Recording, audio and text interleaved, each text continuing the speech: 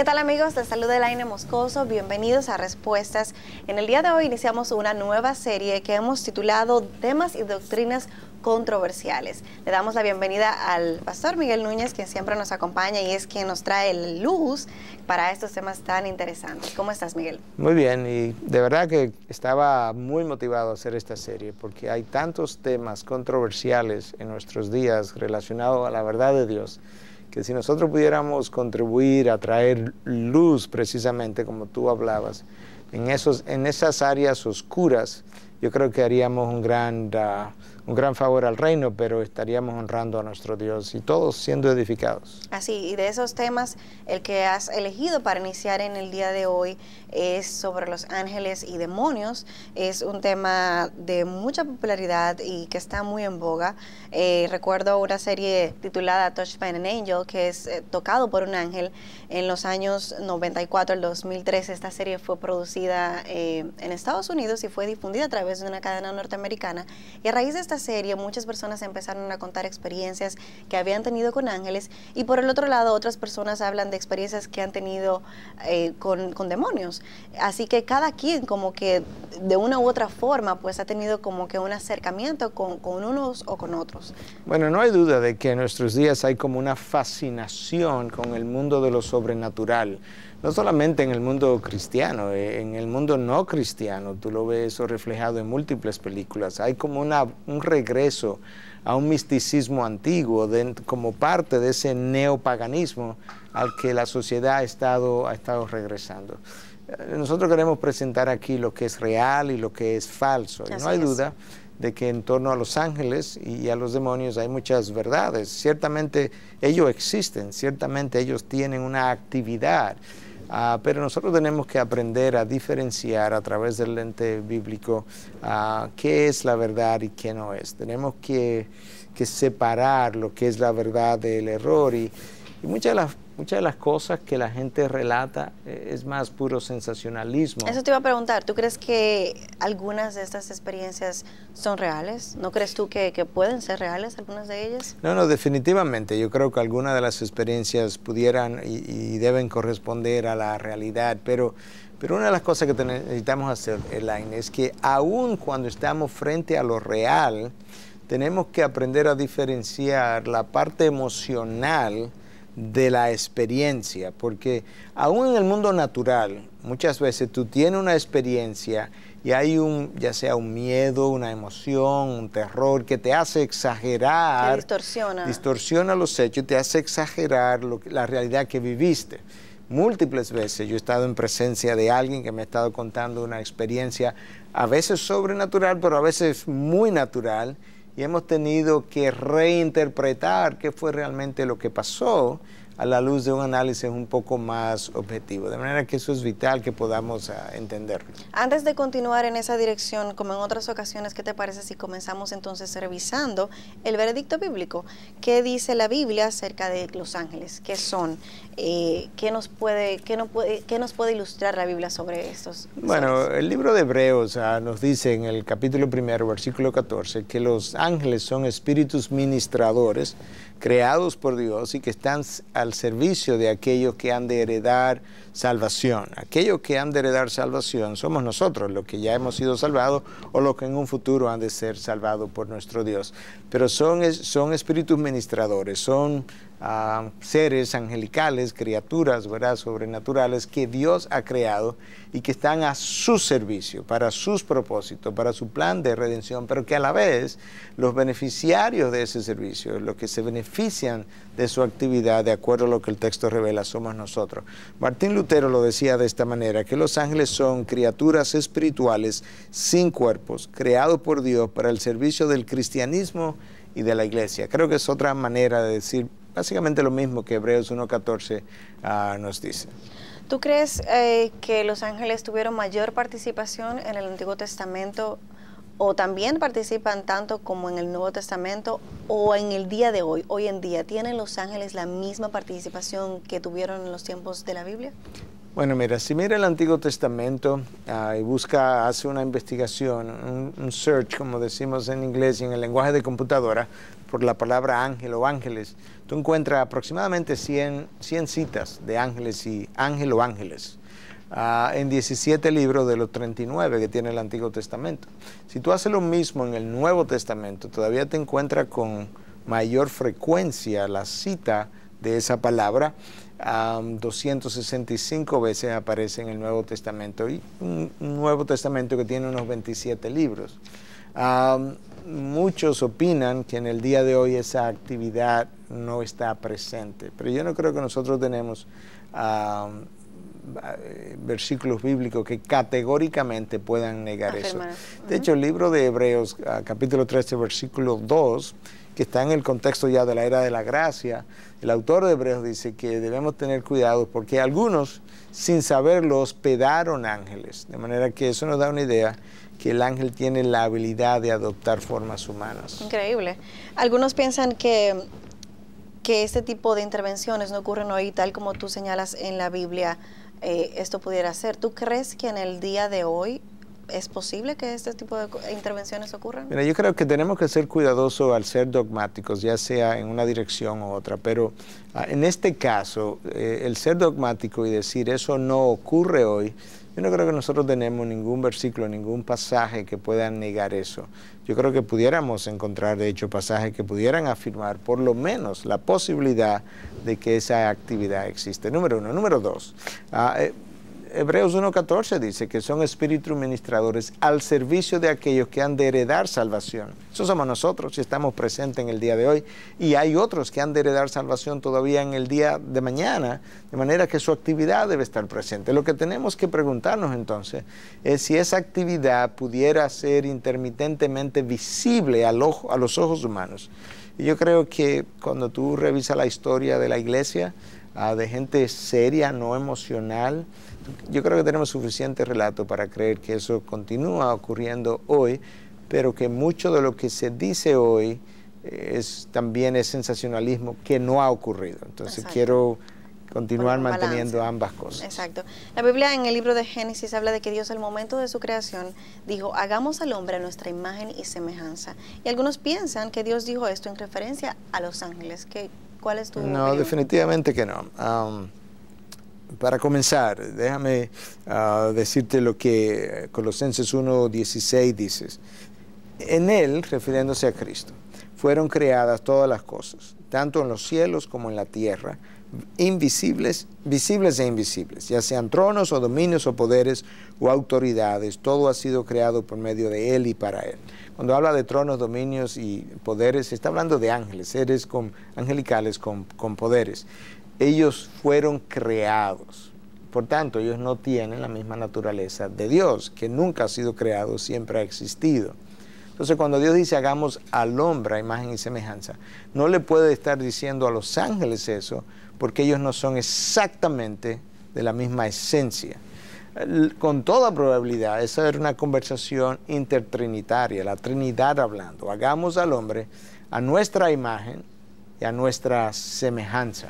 No una conversación de Dios con los ángeles. Ellos son seres creados por Cristo en un momento dado que la palabra no nos define como. Ahí hablábamos hace un momento del Génesis, de cuando Dios dice hagamos al hombre a nuestra imagen y semejanza, y te hablaba de que algunos pensaban que se hacía referencia a los ángeles. Tú ya dijiste que no. Entonces te preguntaba, ¿cuándo fueron creados los ángeles? Entonces, ¿antes de Adán y Eva? ¿Después de Adán y Eva? Bueno, la realidad es que nosotros tenemos una cita en el libro de Job que nos ayuda a entender quizá esa pregunta. La cita aparece en Job 38, del 4 al 7. Dios está hablando con Job, está cuestionando a Job, porque Job está cuestionando a Dios y Dios regresa con un cuestionamiento de Job, precisamente para mostrarle que realmente él no tiene toda la sabiduría que pensaba. Job 38, 4 dice, ¿dónde estabas tú cuando yo echaba los cimientos de la tierra? Dímelo si tienes inteligencia. ¿Quién puso sus medidas, ya que sabes? ¿O quién extendió sobre ella cordel? ¿Sobre qué se asientan sus basas? ¿O quién puso su piedra angular cuando cantaban juntas las estrellas del alba y todos los hijos de Dios gritaban de gozo? Aquí en el texto, los hijos de Dios, las estrellas del alba, es una referencia básicamente para hablarnos de los ángeles. Es una manera como la Biblia se refiere a los ángeles. Cuando Dios fundaba la tierra, cuando Dios echaba sus bases, sus fundamentos, Dios dice que sus ángeles cantaban de gozo.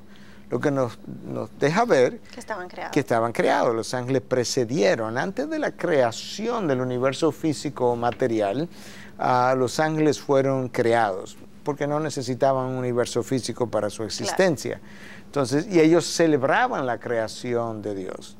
No es después de Adán y Eva, sino antes de que el mundo y del universo que hubiese sido creado. Para aquellos que están menos familiarizados con la revelación bíblica, ¿qué te parece si hablamos un poco de estas características que tienen estos ángeles? Bueno, nosotros sabemos varias cosas acerca de ellos. No son eternos, porque eternidad implica que tú siempre has existido. Pero son inmortales. Hay una diferencia entre inmortal y eterno. El eterno siempre ha existido y eso es una cualidad exclusiva de Dios. Los ángeles son inmortales, en otras palabras, no mueren. Y hay un texto que nos ayuda a ver un poco de esto. En Lucas 20, nosotros leemos en versículo 35-36 que dice: pero los que son tenidos por dignos de alcanzar aquel siglo y la resurrección de entre los muertos, ni se casan ni son dados en matrimonio, porque tampoco pueden ya morir. Esto es una referencia similar a otra en los evangelios, donde Cristo nos dice que cuando muramos y pasemos a la gloria, seremos como los ángeles, que no se casan ni se dan en matrimonio, y esos que pertenecen al siglo venidero no pueden morir, lo que implica que serían inmortales. En segundo lugar, los ángeles son invisibles, a menos que de alguna manera tomen forma humana con la intención de venir y realizar un propósito, una misión que Dios le haya encomendado. Nosotros sabemos, por ejemplo, que antes de Dios destruir a Sodoma y Gomorra, Dios le envió 3 figuras angelicales que le visitaron, y no voy a entrar en los detalles de quiénes eran, pero sí saber que eran figuras angelicales que visitaron y tomaron forma humana a la hora de venir a visitar a Abraham. Pero en general su estado de existencia es de invisibilidad al ojo humano, por lo menos. Los ángeles son poderosos, de acuerdo a lo que nos dice Salmo 103:20. Los ángeles tienen gran inteligencia, de acuerdo a lo que nos dice 2 de Samuel 14:20. Y los ángeles son irredimibles. Dios no le dio a los ángeles la habilidad de ser redimidos como nosotros somos redimidos. Los ángeles que cayeron fueron llamados ángeles caídos, y esos son los que hoy en día han pasado a ser llamados demonios. La palabra nos habla en Judas 6, en 2 de Pedro 2:4, de estos ángeles que cayeron, que Dios no perdonó, pero no nos habla de su chance de recuperación, de manera que... ¿Quiere decir que los ángeles pueden pecar?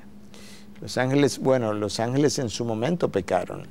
No creemos que hoy en día los ángeles elegidos, como Pablo le llama en una de las cartas a Timoteo, cuando él le dice a Timoteo: te conjuro delante de Dios y de sus ángeles elegidos, no creemos que esos ángeles elegidos al día de hoy pudieran pecar, sino que hubo ángeles que sí pecaron en el pasado y que se convirtieron en ángeles caídos o demonios. Y de eso podemos seguir hablando más adelante. Definitivamente. ¿Qué te parece si seguimos hablando entonces de lo que caracteriza a estos ángeles? Existe una creencia de que hay un ángel personal asignado a cada individuo, o que hay ángeles que tienen asignación especial, como el ángel de la guarda, por ejemplo, y muchos basan esta creencia en el Salmo 91:11, que dice: pues Él dará órdenes a sus ángeles acerca de ti para que te guarden en todos tus caminos. ¿Tenemos nosotros un ángel asignado a cada uno? Bueno, yo creo que eso es más una enseñanza de la Iglesia de Roma, basada en la tradición. A la verdad que basado en este versículo yo no puedo afirmar eso categóricamente. Este es un versículo, el que tú acabas de leer, cristológico. De hecho, cuando Satanás tienta a Jesús en el desierto, este es el versículo que él le cita.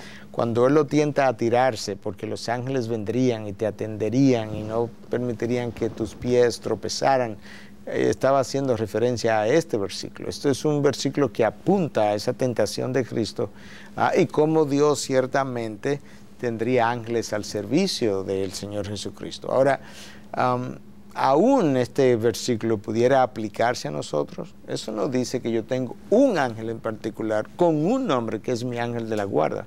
Simplemente dice que los ángeles en general están al servicio de aquellos que son redimidos por Dios, y pudiera ser un ángel hoy y otro ángel mañana que en un momento dado Dios use para mi cuidado. De manera que no, yo no creo que podemos decir eso, pero déjame aprovechar la ocasión para agregar algo más.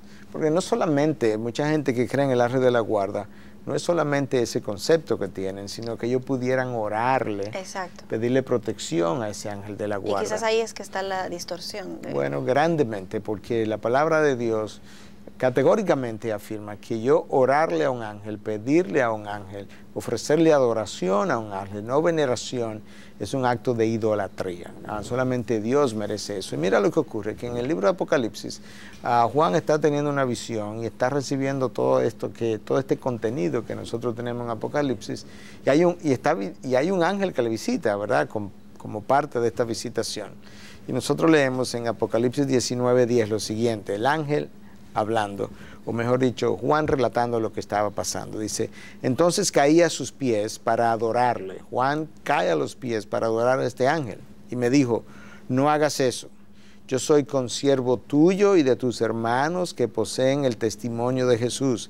Adora a Dios. Algo que se vuelve a repetir en Apocalipsis 22:9. El ángel dijo, no me adores. Yo simplemente soy un siervo, al igual que tú, yo soy consiervo tuyo. Porque ambos están al servicio de Dios. Si tú vas a adorar a alguien, adora solamente a Dios. En el contexto judío, hebreo, era inconcebible pensar que se podía ofrecer adoración, oración, petición, veneración a cualquier otro ser que no fuera Dios. Ya dijimos que los ángeles eran espíritus ministradores que estaban al servicio de aquellos que heredaban salvación. ¿Tú crees que ellos están al tanto de nuestras vivencias, están pendientes de lo que hacemos? Bueno, déjame leerte un texto, porque yo creo que mucho de esto lo tenemos que hacer vía texto de la Biblia, de tal definitivamente, claro, para que quede claro que no son nuestras interpretaciones exacto, ni ideas, sino la palabra de Dios. Cimentada la verdad, no una opinión cualquiera. 1 Corintios 4:9, el apóstol Pablo hablando, dice, porque pienso que Dios nos ha exhibido a nosotros, los apóstoles, en último lugar, como sentenciados a muerte, porque hemos llegado a ser un espectáculo para el mundo, tanto para los ángeles como para los hombres. Pablo es un apóstol, él está viendo lo que le está pasando a los apóstoles. Entonces él dice, creo que Dios nos ha puesto al final de esa lista, sentenciados a muerte. Entonces él dice, nosotros somos como un espectáculo. Y ese espectáculo no es solamente para los hombres, es también para el mundo. Perdón, no es solamente, somos un espectáculo en el mundo, déjame corregir eso, no solo para los hombres, sino también para los ángeles.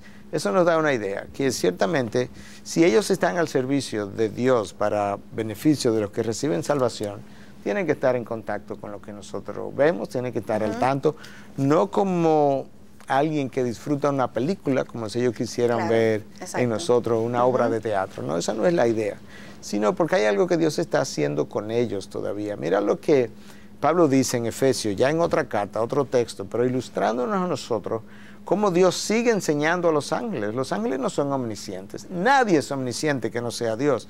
Y eso implica que todo el mundo va a aprender todo el tiempo, toda la eternidad estaremos aprendiendo de la sabiduría infinita de Dios. Claro. Entonces hoy en día los ángeles están aprendiendo todavía y aprenden de Dios. ¿Y a través de qué? Escucha, Efesios 3:10, a fin de que la infinita sabiduría de Dios sea ahora dada a conocer por medio de la iglesia a los principados y potestades en las regiones celestiales.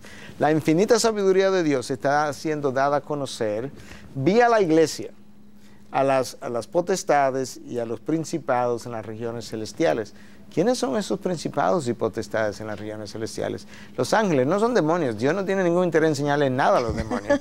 Y están aprendiendo de la infinita sabiduría de Dios, de la cual todo el mundo tendrá que aprender por la eternidad. Por ahora estamos aprendiendo vía la historia redentora de la iglesia. Hay muchas cosas que ellos no conocen de la obra de Dios, que ellos están descubriendo y maravillándose. Maravillándose, se va a decir. Sí. Miguel, al principio mencionamos que queríamos hablar de ángeles y de demonios, tal y como se titula el programa, y me parece que en términos de lo que es la angelología, que es el estudio de los ángeles, quizás hoy en día exista menos controversia que cuando hablamos de demonología o el estudio de los demonios, ¿no crees? Bueno, definitivamente, yo creo que hay hoy en día más fascinación con los demonios y sus supuestas apariciones que con los ángeles mismos, aunque antes de entrar en el área de la demonología quizás, quisiera volver hacia atrás un poquito y volver a insistir en que es penoso, ¿verdad?, que la Iglesia de Roma insista todavía hoy o enseñe acerca de la posibilidad de orarle a los ángeles, de pedirle cosas a los ángeles. Porque una vez más, en el contexto hebreo, eso sería algo completamente repugnante y rechazado, que tú pudieras ofrecer una oración a alguien que no sea Dios. Es algo completamente idolátrico. De hecho, a Jesús lo apedrean, tratan de apedrearlo, perdón, y lo llevan a la cruz bajo la acusación de que él se estaba haciendo pasar por Dios, siendo él verdaderamente Dios. Pero las cosas que Jesús decía y pedía, ellos entendían que solamente tú se las puedes rendir a Dios. Y entonces lo hacían pasar, ellos entendían que Jesús se hacía pasar por Dios. De nuevo, recuerda lo que leímos del libro de Apocalipsis, capítulo 19, versículo 10, cuando Juan está relatando lo que a él le pasó en la isla de Patmos, cuando recibe esta revelación, como él está listo para adorar a este ángel, y dice, entonces caí a sus pies para adorarle. Y me dijo, no hagas eso, yo soy consiervo tuyo y de tus hermanos que poseen el testimonio de Jesús, adora a Dios. El ángel mismo está ordenando a Juan que adore a Dios. Que adore a Dios solamente y que no lo adore a él. Y la razón, él la da. Cuando dice yo soy un consiervo tuyo, está diciendo yo soy una criatura, yo he sido creado. Y por tanto, todo lo que es creado no merece, no es digno de adoración. Solamente el creador, obviamente. Así es. En definitiva, ¿existen los demonios? ¿Cómo surgen? Vamos a entrar entonces al tema, ya dejando atrás un poco lo de los ángeles, al tema de los demonios. Bueno, los demonios definitivamente que existen. ¿Qué son? ¿Cómo surgen? Bueno, son no más que espíritus, ángeles caídos, ángeles que desobedecieron a Dios, que en su momento se rebelaron y al rebelarse pues fueron expulsados del reino de Dios. Mira estas dos citas, una de 2 de Pedro 2:4 y otra de Judas 1:6, que ya habíamos citado pero no la habíamos leído. Judas 1:6 dice, porque si Dios no perdonó a los ángeles cuando pecaron, sino que los arrojó al infierno y los entregó a las tinieblas reservadas para juicio.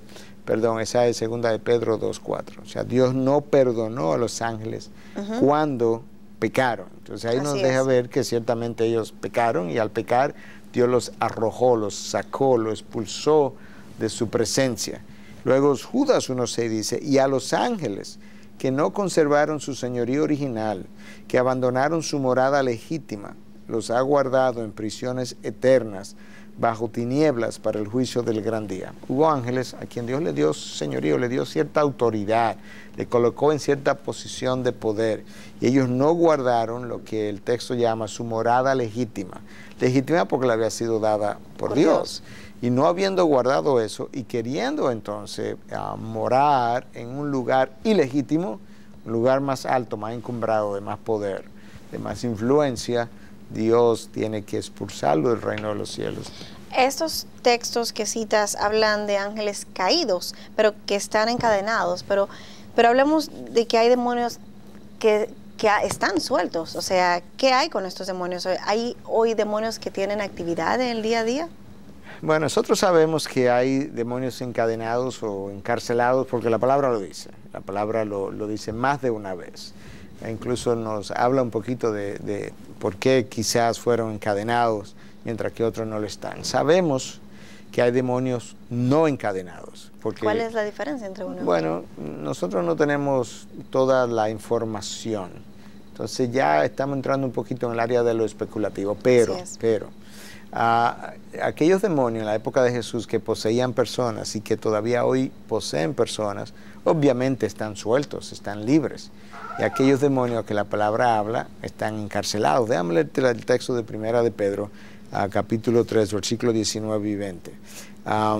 Comienza de esta manera: en el cual también fue, refiriéndose a Cristo, y predicó a los espíritus encarcelados, quienes en otro tiempo fueron desobedientes. Escucha, quienes en otro tiempo fueron desobedientes, cuando la paciencia de Dios esperaba en los días de Noé, durante la construcción del arca, en la cual unos pocos, es decir, 8 personas, fueron salvadas a través del agua.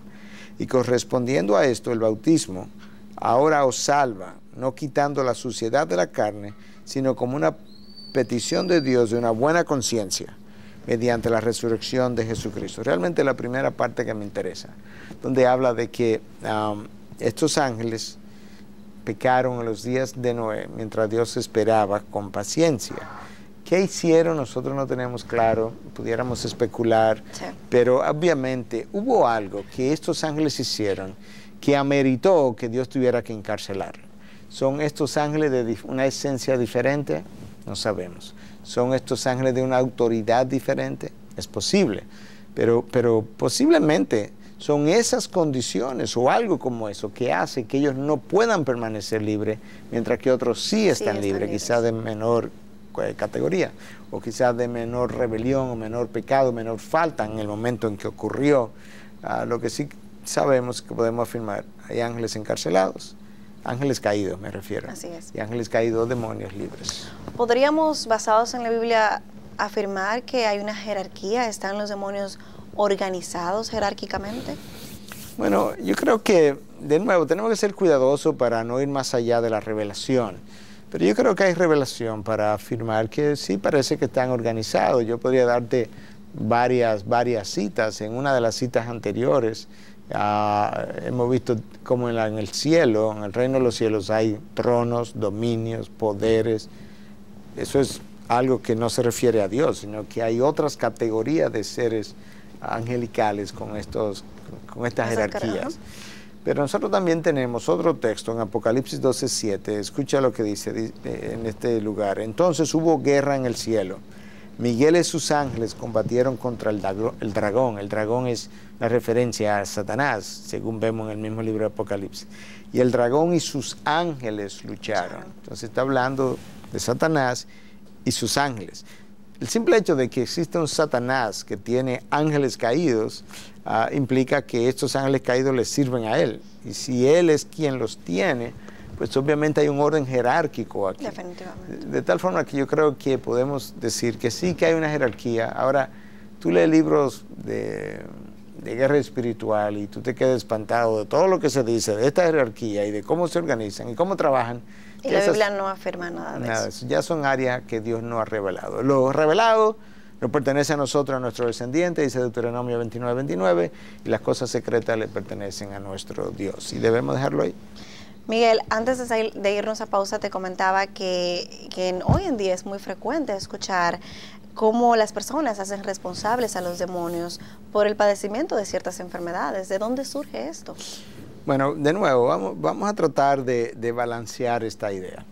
Si tú miras la Biblia, no hay duda de que tú te encuentras el caso de un Job, por ejemplo, que fue aquejado por Satanás, por un ataque personal a su salud. Con lo cual podemos ver que Satanás tiene cierta capacidad, si Dios lo permite, de afectar la salud de alguien. Y vemos incluso en el Nuevo Testamento casos similares, alguien que estaba encorvado y una mujer que tenía años encorvada y un sordomudo. De manera que no estamos negando la capacidad que un demonio pudiera tener para alterar ciertas cosas en nuestros cuerpos. De ahí a pensar que cada enfermedad que nosotros tenemos hoy es el resultado de un demonio, de un encuentro demoníaco, una neumonía, cuando nosotros sabemos cuál es la causa y sabemos cómo la tratamos, incluso con antibióticos.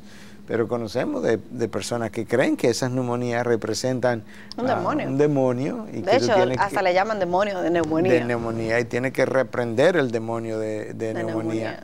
Esas son cosas que no existían hasta hace 30 años en la historia de la iglesia.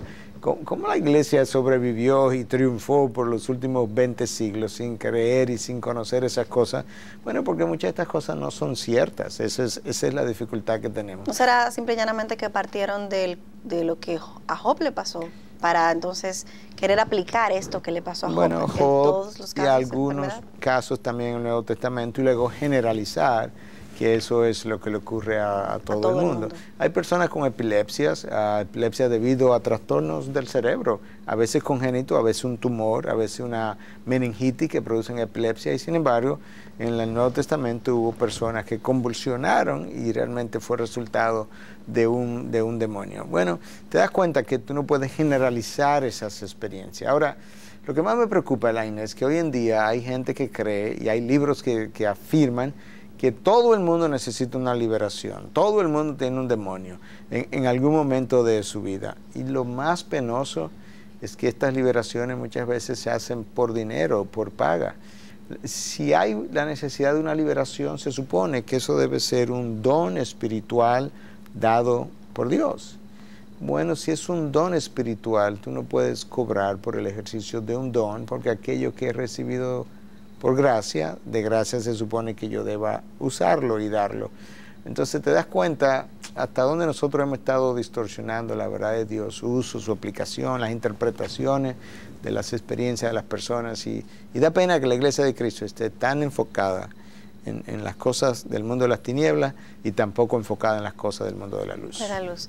Hablemos un poquito del proceso de la liberación. He escuchado a algunas personas que al momento de liberar a alguien le hacen preguntas específicas al demonio, tratando de identificar quién es este demonio, qué hace, por qué está ahí. ¿Cuándo entró? Exacto. ¿Es esto correcto, esta práctica? Claro que no, por varias razones. Para comenzar, en la cultura hebrea, cuando Cristo vino inmediatamente antes de su venida y en el tiempo en que Él existió, la cultura hebrea rechazaba todo ese tipo de práctica. Es la cultura pagana de entonces que creía.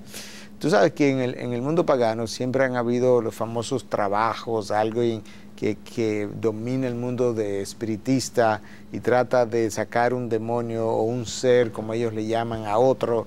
Bueno, en ese mundo ellos creen que para tú poder sacar un demonio de otro, tú necesitas conocer el nombre del demonio, porque el que tiene el nombre o nombra a otro tiene el poder y la autoridad sobre ese otro. Eso, o sea, que eso viene del ese mundo pagano, trasfondo. de la cultura pagana, de ese trasfondo, de ese momento. Exacto. Eso no es nada ni remotamente bíblico en lo más mínimo. Eso es lo primero. Ahora, cuando alguien dice, bueno, pero Jesús un día le preguntó al demonio cómo se llamaba y le dijo Legión, sí, un día, y todas las demás veces que Jesús exorcizó a alguien o liberó a alguien de su demonio y que no le preguntó su nombre, lo cual nos dice que no es necesario. Pero en tercer lugar, si tú le haces una pregunta a un demonio y tú dices, ¿cuándo entraste ahí? Y te dice que fue ayer, ¿tú le vas a creer?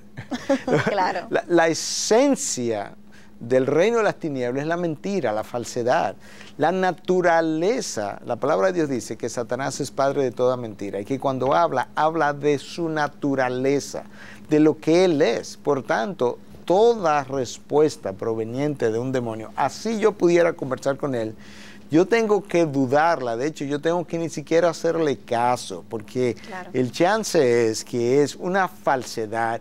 Y si un demonio alguna vez pudiera decirme algo de verdad, es para engañarme como quiera. Su intención no es iluminarme y enseñarme en ningún momento. De manera que no podemos hacer ese tipo de cosas. Hablando de esto y quizás cambiando un poquito de tema, la nueva era enseña que se hace necesario tener contacto con seres de otra dimensión con la finalidad de aumentar la iluminación de tu conciencia y a través de un proceso que ellos llaman channeling o canalización, podríamos decir. Esto me suena a otra práctica ocultista más, ¿no crees? No, definitivamente. Ciertamente en el mundo de la nueva era, que corresponde al mundo de lo oculto también y al mundo de lo que es oscuro, existen estas prácticas que ellos llaman channeling, como crear canales de comunicación con seres, ellos entienden, más avanzados que tú, que viven en otras dimensiones, con mayor conocimiento, de tal manera que ellos puedan iluminar tu conciencia, puedan iluminar tu entendimiento y tú pasar a niveles superiores de entendimiento. Y hay personas que dan testimonio de que han vivido eso. No, definitivamente. Y algunas de esas cosas ciertamente han ocurrido, pero esos contactos no son con seres más avanzados de otras dimensiones, son con seres menos avanzados, condenados, que correspondían al mundo angelical y que hoy en día corresponden al mundo de lo demoníaco. Son ángeles caídos, demonios hoy en día, que tienen la habilidad de comunicarse y de engañar al ser humano. De hecho, es interesante porque no hay nada nuevo debajo del sol. Mira lo que dice 1 Timoteo 4:1. Pero el Espíritu dice claramente que en los últimos tiempos algunos apostatarán de la fe, prestando atención a espíritus engañadores y a doctrinas de demonios.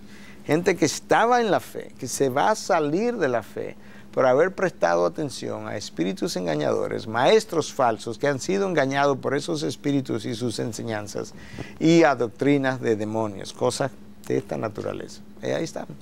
Miguel, muchos se preguntarán de dónde, en qué nos basamos para afirmar todas estas verdades, y ya hemos dicho que, y tú has citado la Biblia en cada una de tus intervenciones para dejar bien claro que esto no es tu opinión, ni mucho menos. Pero también hay autores que han escrito libros con relación a este tema. ¿Qué te parece si pasamos entonces a nuestro segmento de respuestas literarias y vemos cuáles son esos libros que nos vas a recomendar en el día de hoy? Adelante.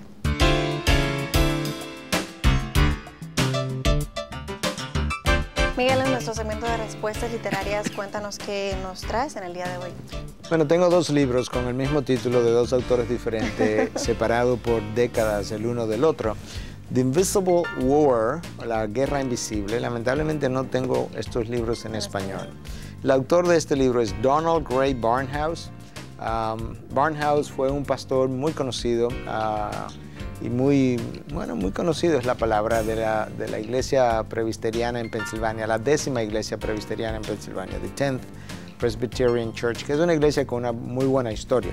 Él escribió este libro con este nombre, y es interesante porque él se remonta al Génesis, donde comienza la batalla con Lucifer y Adán y Eva. Nos habla entonces de cómo el hombre pasó a ser una víctima en esa batalla, pero cómo Dios anuncia la victoria. Entonces nos habla de Satanás en el devenir de la historia, la gran frustración de Satanás, y luego nos habla también de las fases del segundo retorno de Cristo y todo lo demás, para proclamar la victoria de nuestro Señor Jesucristo. De ahí el nombre. Años después, otro autor ya más contemporáneo, todavía presente, todavía vivo entre nosotros y no de mucha edad tampoco, Chip Ingram, escribió un libro que se llama igual, The Invisible War, lo que cada creyente debe conocer acerca de Satanás, los demonios y la guerra espiritual. Es un libro práctico, comienza con una primera sección que es exactamente esa, la que yo acabo de mencionar, cómo prepararte para la batalla espiritual, cómo hacer guerra si quieres con el enemigo, pero el enfoque es bíblico. Tiene una recomendación de parte de Joseph Stoll, que fue un pasado presidente del Instituto Moody, de manera que no son libros sensacionalistas, son libros bíblicos que nos hablan de la verdad y nos hablan en contra del error.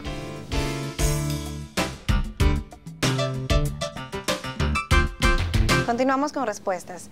Miguel, en el tema de la posesión y los demonios, ¿cómo es poseída una persona? ¿Por qué unos sí y otros no? ¿Cuál es la distinción que estos demonios hacen? Bueno, yo creo que es claro, es evidente, que un demonio no puede poseer a cualquier persona que deseara, porque de ser así, todos viviéramos poseídos y sería imposible vivir en este mundo. Yo creo que eso se cae de la mata en buen dominicano, como nosotros decimos. Entonces, ese no es el caso. La pregunta entonces es, ¿cómo se produce la posesión? La Biblia no revela eso, no nos da ideas claras, pero cuando tú entrevistas personas y estudios se han hecho, conversaciones largas se han tenido con aquellos que han terminado poseídos en alguna ocasión, frecuentemente ha habido una historia o de estar involucrado en actividades demoníacas o ocultistas. En algunos casos hay un trasfondo también, junto con eso, de drogas, de promiscuidad, alcohol, pornografía.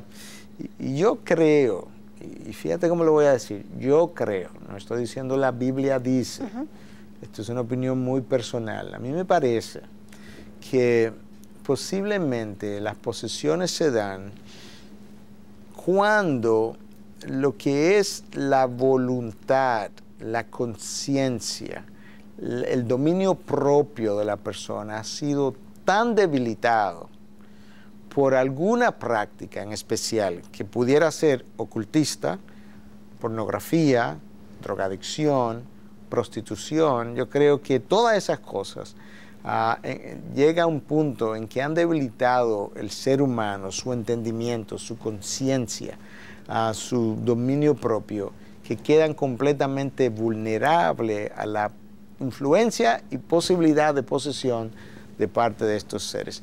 La Biblia no dice eso de esa forma.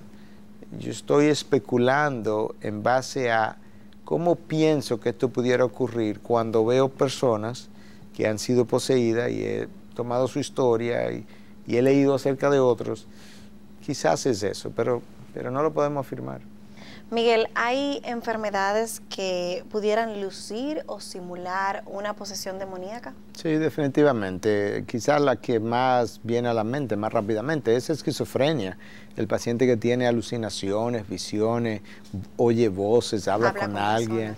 Entonces, eso suena como si fuera una posesión demoníaca y tenemos que hacer la historia. La historia del paciente poseído frecuentemente es una historia de alguien que ha estado involucrado en el mundo espiritista.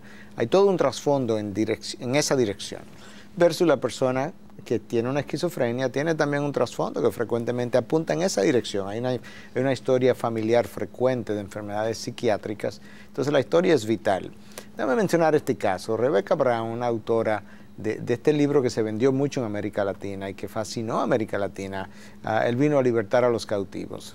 Posteriormente fue encontrada y diagnosticada como esquizofrénica, se le quitó la licencia para ejercer medicina, se cambió el nombre, se pasó a otro estado de manera que ella pudiera continuar estas prácticas. Se le acusó incluso de inyectar a sus pacientes con fenobarbital y una serie de cosas. Tú lees ese libro y tú te das cuenta que no puede estar en presencia de una persona en su sano juicio.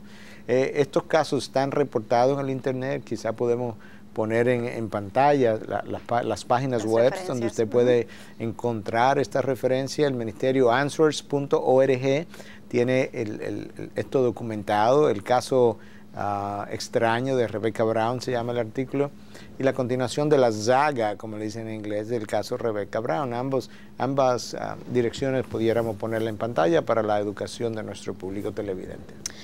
Cuando hacemos una búsqueda en el internet, tal y como tú dices, esto es un tema sumamente fascinante y todo el mundo quiere saber al respecto. Y cuando tú haces una búsqueda sobre liberación, encuentras, incluso hay manuales de liberación.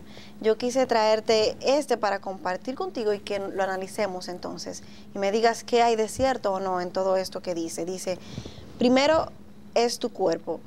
Los cristianos pueden tener una enfermedad como cualquier persona no creyente. Esto es causado por demonios, si no es causado por otros factores.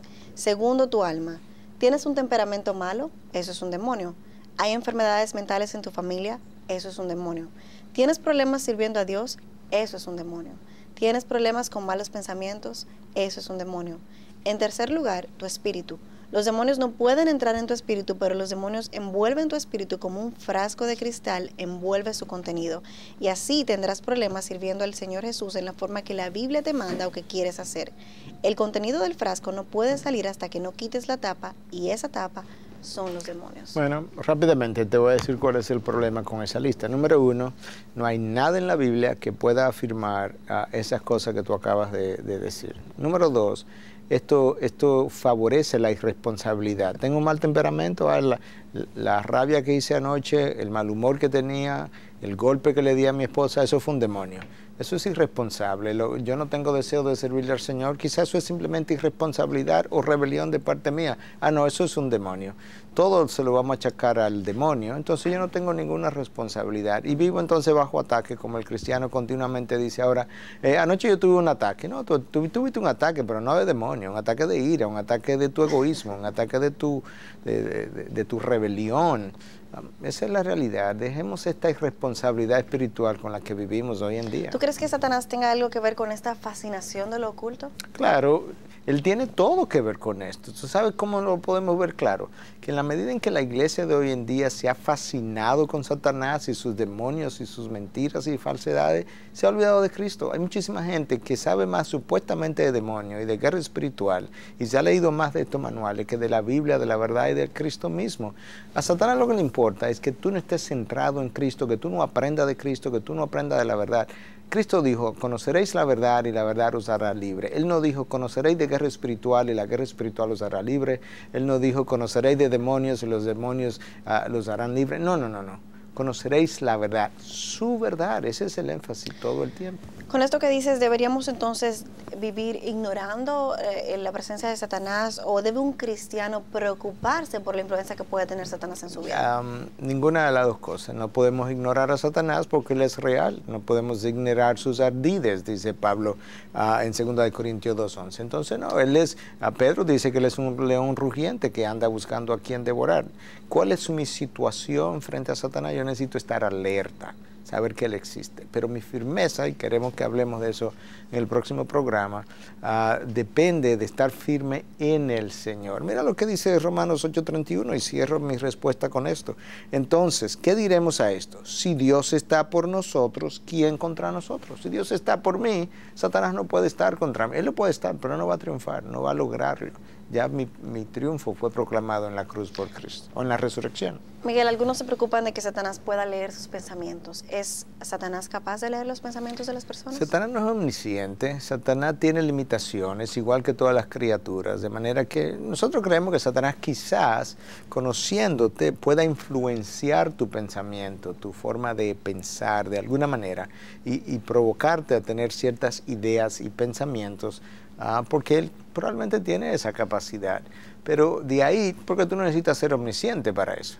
Pero de ahí yo pudiera inducir a alguien a hablar de medicina. De alguna manera yo puedo buscarme esa forma, sin ser inocente, omnisciente. Pero de ahí a leer tu pensamiento, eso requiere omnisciencia. Y nosotros no creemos que él tiene esa capacidad. Miguel, lamentablemente el tiempo se nos ha acabado, pero ¿qué te parece si entonces vemos cuáles son las interrogantes que tenemos relacionadas a este tema en nuestro segmento de preguntas? Adelante.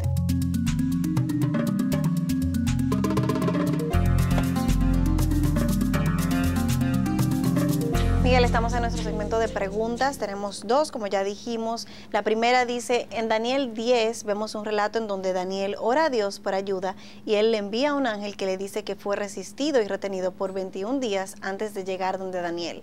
El arcángel Miguel había venido a socorrerlo. ¿Podría aclarar un poco este pasaje? ¿Cree usted que esto aún pasa hoy día?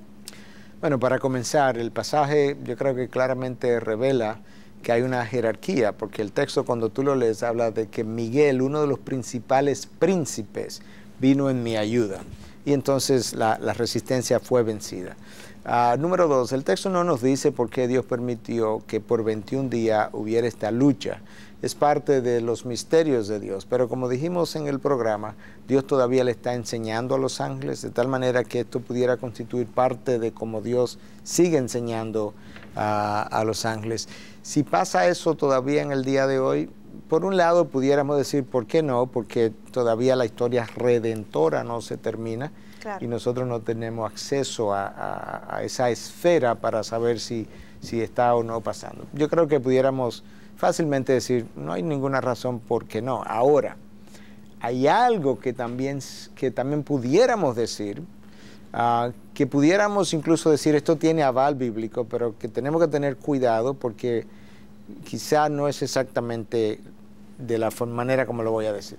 La palabra de Dios en Colosenses 2 dice que Cristo al morir en la cruz desarmó los poderes de las tinieblas. Basado en este texto, algunos opinan categóricamente que esto no pasa hoy, porque al Cristo desarmar los poderes de las tinieblas, esta lucha que antes se daba, antes de venir, ya no se da. Yo quiero decir que eso es muy posible, yo no lo estoy negando, pero yo no sé si yo me atrevería a decir en base a eso, que definitivamente esto no puede pasar hoy. Pero yo creo que es interesante reconocer que algo sí cambió a partir de la cruz, donde la palabra me revela que los poderes de las tinieblas fueron desarmados. De manera que no tienen el mismo poder hoy. Definitivamente. La segunda pregunta dice, hay personas que dicen haber visto a Satanás o haber sentido la presencia de Satanás merodeando, ¿puede esto ser real? ¿Se da esto en los hijos de Dios? Bueno, en primer lugar, yo creo que si hubo una experiencia de este tipo, no podemos saber si fue Satanás o un demonio. Entonces tendríamos que ser cuidadosos a decir quién fue que estuvo merodeándome, por así decirlo. Segundo lugar, yo creo que muchas veces cosas emocionales en nuestras vidas pudieran intimidarnos y nosotros pensar que hay algún mal alrededor. Esas son las primeras precauciones. Y en tercer lugar, yo creo que sí que pudiera pasar. Martín Lutero en un momento dado estaba escribiendo y tomó un frasco de tinta y lo tiró a la pared en un rincón, pensando que Satanás lo estaba asediando, y una forma de reprenderlo. Algunos piensan que Martín Lutero vivía obsesionado con la presencia de demonios, pero no hay duda de eso. Yo creo, recuerdo el pastor Piper hablar un poco de esto. Yo creo que Satanás está activamente presente hoy, capaz de atacar al creyente, capaz de intimidarlo, y que en alguna ocasión, por alguna razón que solamente Dios sabe, Dios permita su cercanía a un creyente o a un no creyente para que tenga un tipo de experiencia como esta. Yo creo que es posible, pero quiero enfatizar que Dios tiene que dar permiso. Satanás pidió permiso para zarandear a Pedro, pero no pudo hacerlo sin tener permiso de Dios.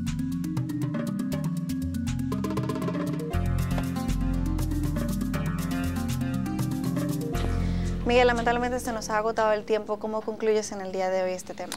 Número 1, deje a un lado la fascinación con el mundo de lo oculto y adquiera una fascinación por el mundo de la verdad y de la luz. Número 2, deje a un lado todo esto que se refiere al mundo de los demonios si no está amparado en la palabra de Dios. Número 3, no crea, no busque, no enseñe cosas del mundo de lo oculto que Dios no ha revelado, porque las cosas secretas le pertenecen a Dios. Y lo que Dios ha revelado acerca del mundo de lo oculto no es mucho. Y tenemos que pararnos ahí. Y Dios sabe por qué lo hizo, porque nosotros somos seres humanos que tenemos como un morbo con aquello que no se conoce, porque eso como que nos da poder sobre otros. Esa no es la idea de la palabra de Dios. Y número 4, porque tenemos que cerrar, enfóquese en la verdad de Cristo, enfóquese en el personaje Cristo, enfóquese en la revelación de Dios, estudie eso. Y de ahí entonces usted podrá concluir todo lo demás, todas las demás preguntas e interrogantes que usted tiene acerca de este tema. Pero debemos seguir hablando acerca de esto. Queremos que hablemos de la guerra espiritual, cómo la hago, la armadura de Dios. ¿Es la armadura de Dios o la armadura del hombre? Yo quisiera que ahora hiciéramos otro programa para poder entrar todavía en más detalle en esas áreas. Así es. Gracias, Miguel, por proponer esta nueva serie que estamos desarrollando, apenas iniciando en el día de hoy, y gracias por lo compartido. Gracias a ti. A ustedes, amigos televidentes, recuerden visitar nuestra página en internet, la dirección integridadysabiduría.org. Muchas gracias por habernos acompañado y nos vemos en una próxima ocasión.